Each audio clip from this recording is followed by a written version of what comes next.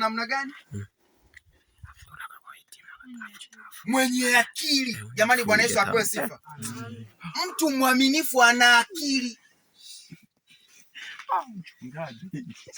Yaani siku yote mtu asiyekuwa mwaminifu huyo ana nini? Ana akili. Ndio maana maandiko yanasema mtu azimie na mwanamke huyo ana akili. Anaonesha wazi kabisa haiwezekani mtu akawa mwaminifu alafu asiwe na nini? Na akili.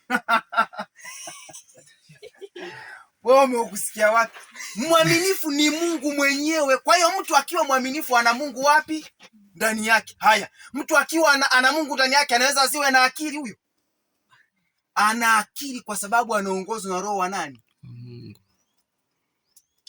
Ikuma kitabu cha Torati kinasema hivi, hiyo itakuwa ndio akili yenu. Yaani maandiko matakatifu ndio akili ya watu wa nani?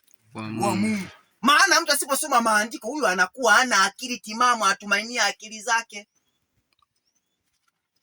Mtu mwaminifu sifa yake nyingine ana akili. Sifa nyingine anasemaje? Anagawa chakula kwa wakati wake. Jamani, Bwana Yesu apewe sifa. Mtu mwaminifu anaopewa jukumu alitekeleze, analitekeleza kwa wakati. Huyo ni mtu nini? Mwaminifu. Akiambiwa kwamba kesho kutwa tutakuja kufuatia tofali kwa ajili ya kujenga kanisa, anakuja kwa wakati maalum na hatimaye anafanya ile kazi kwa wakati nini? Maalum. Huyo ni mtu mwaminifu. Somo letu linasema uwe mwaminifu. Twenda kwenye kile kitabu cha Mathayo sura ya 25 na mstari wa 21. Sifa gani nyingine ya mtu mwaminifu? Inasemaje? 25 mstari ule wa 21 inasemaje? Inasemaje? Bwana wake akamwambia, vyema mtumwa mwema na mwaminifu. Tulia hapo hapo. Sifa ya mtu mwaminifu ni mwema. Jamani, Bwana Yesu apewe sifa. Amen. Yaani wewe uwezekani ukawa ni mbaya alafu tena ukawa tena ni mwaminifu. Hapana. Hicho kitu hakipo. Sifa za mtu mwaminifu lazima awe nani? Mwema. Twende. Inasemaje? Ulikuwa mwaminifu. Huyu mwaminifu huyu anakuwa mwaminifu kwa machache, hata kama vitu vidogo vidogo anavizingatia. Jamani, Bwana Yesu apewe sifa.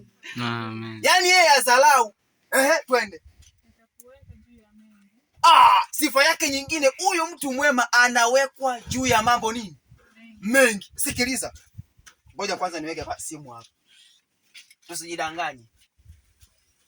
Kama hata kwenu unazalau vitu vidogo vidogo, Mungu anapokutazama wewe ustahili kwa ajili ya kuwekwa kwenye mambo nini?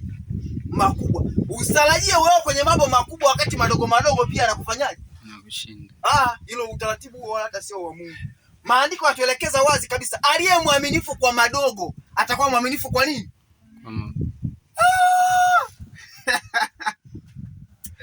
Kwanza hili mbona kulisha ugumu sana?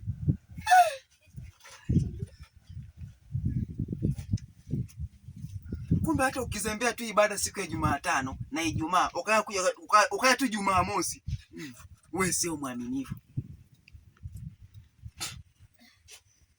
Lesoni umepewa au somi, unasubiri tu siku ya Sabato, wewe ni mwaminifu sio mwaminifu?